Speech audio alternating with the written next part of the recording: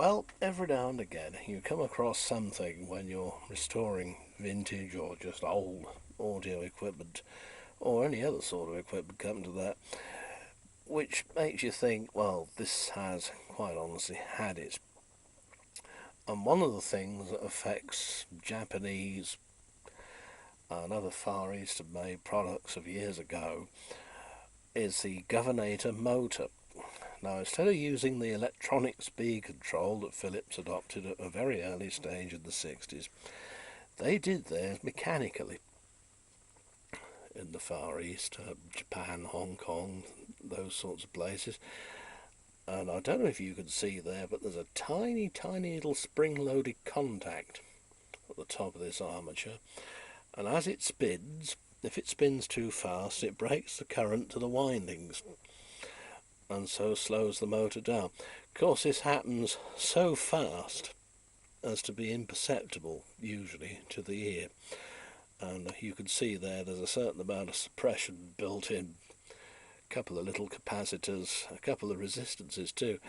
This one is a curious motor because the machine it came out of is this Haminex 8-track receiver, which doesn't have a fast forward facility, but this motor was built for a machine that did. It has two commutators, a sort of slip ring there, and then a proper commutator here, and three brushes, rather like a car window wiper motor used to years ago when you had just off, slow and fast. That was it. Well, of course, once these motors give up the ghost, as you can well imagine, it is a pig to get them working again, and in my experience, you can't usually get them to go again. So, the only thing to do, therefore, is to, as they say nowadays, trenchily, think outside the box. Now, you might think, why can't I just put a 12-volt car cassette motor in it, or a cassette motor out of a 12-volt boombox or something? Well, I can't do that because it's a bigger motor and a cassette motor hasn't got enough oomph to pull the innards round. That flywheel there is about 2.5 inches, I suppose. What would that be? 6.5, 7 centimetres across, maybe. Something like that. But what I can do, thinking about this problem, was to use a motor from a scrapped VCR machine. Now, a lot of older VCR machines used very nice little motors indeed to drive the main capstan. And that motor that you see there is one such motor. The only thing was, of course, that the speed control of this motor is done elsewhere in the video. So what do you do? And the answer to that one is you use this little gizmo here, a speed regulator, a PWM, I think they call it, pulse wave modulation. And you can even adjust the speed the motor runs at with this pot. So if you think it's a bit too slow, then you could turn it up, or if it's too fast, vice versa. Now, I was afraid that this wouldn't work, to be honest, because I couldn't see anything being that simple. But if only we'd had these a few years ago, because there must be literally hundreds or thousands of these things that have just been thrown out because the motor's gone gov and you can't put a cassette motor in it because it won't pull it. Oh dear. Oh well, never mind. Here we go. Let's see what happens.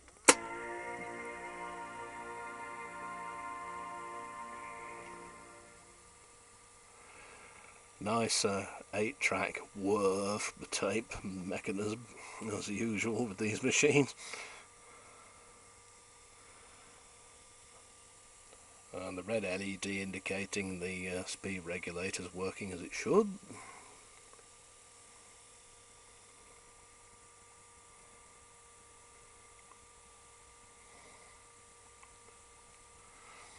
Now the question was that the end of a track, and are we waiting for it to go ka-chunk? Yes, in a word, we were.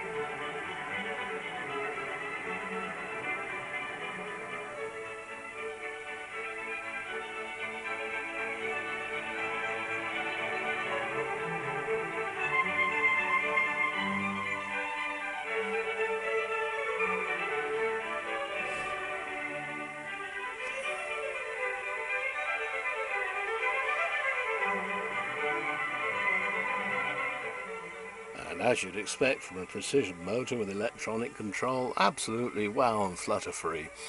This must be the only Haminex 8-track receiver with electronic control. I know, how sad can you get? Yeah, sad old git, you're thinking, yes. This still needs a hell of a lot doing to it though. The pilot lights that light up the radio dial, they've been well and truly messed up. The string is missing that does the pointer on the radio dial.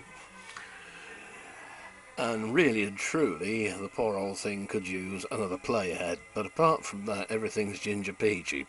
Oh, and did I mention it's been stored somewhere damp for years? Oh dear, yes. Why does Mr. Brumfitt insist on bringing all his junk down here, paying well over the odds for it? Well, there you are. That's what you do, isn't it? I suppose you could call it Mr. Brumfitt's folly, this thing.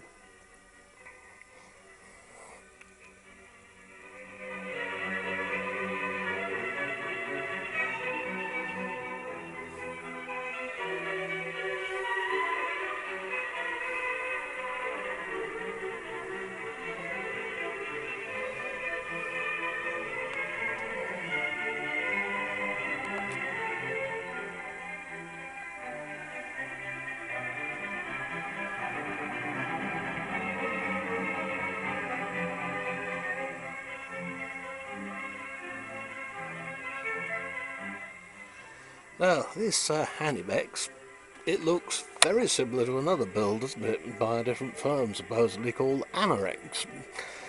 And I'm sure they were part of the same thing, because I remember distinctly my nan having years ago one of those funny old radio cassette recorders that they came out with in the late 60s, early 70s, that had peculiar controls for the cassette deck. And the record button was fairly conventional, but the rest of it was done by a lever that you slid to various different positions to get the mechanical functions to work. That too was badged as a Haminex. I have one that is called an Haminex. So they were obviously the same thing, but slightly different colour perhaps. But well worth saving. It seems to be a nicely made little unit. When I first had a look at it, the motor on it was obviously up the creek. It felt very, very stiff to turn. And then when I did get it to go, it became apparent that it wasn't the motor that was installed to begin with. And it ran very erratically, and if it stopped in the wrong position, it wouldn't restart. Awkward, since you can't exactly give anything a prod inside these. Not without risk of getting electricity-fied anyway, because this is a mains only set. The transformer is very nicely encased in metal to prevent any hums coming out. And there's even a low output, so you can tape 8 tracks if you wanted to, or from the radio.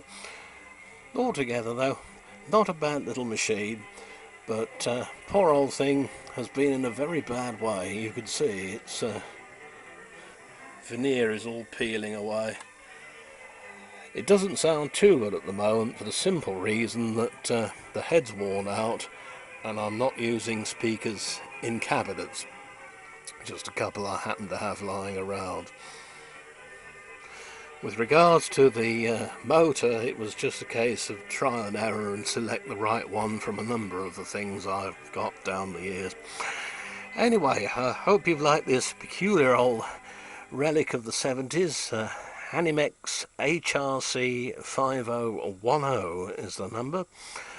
FM AM 8-track player. See you soon.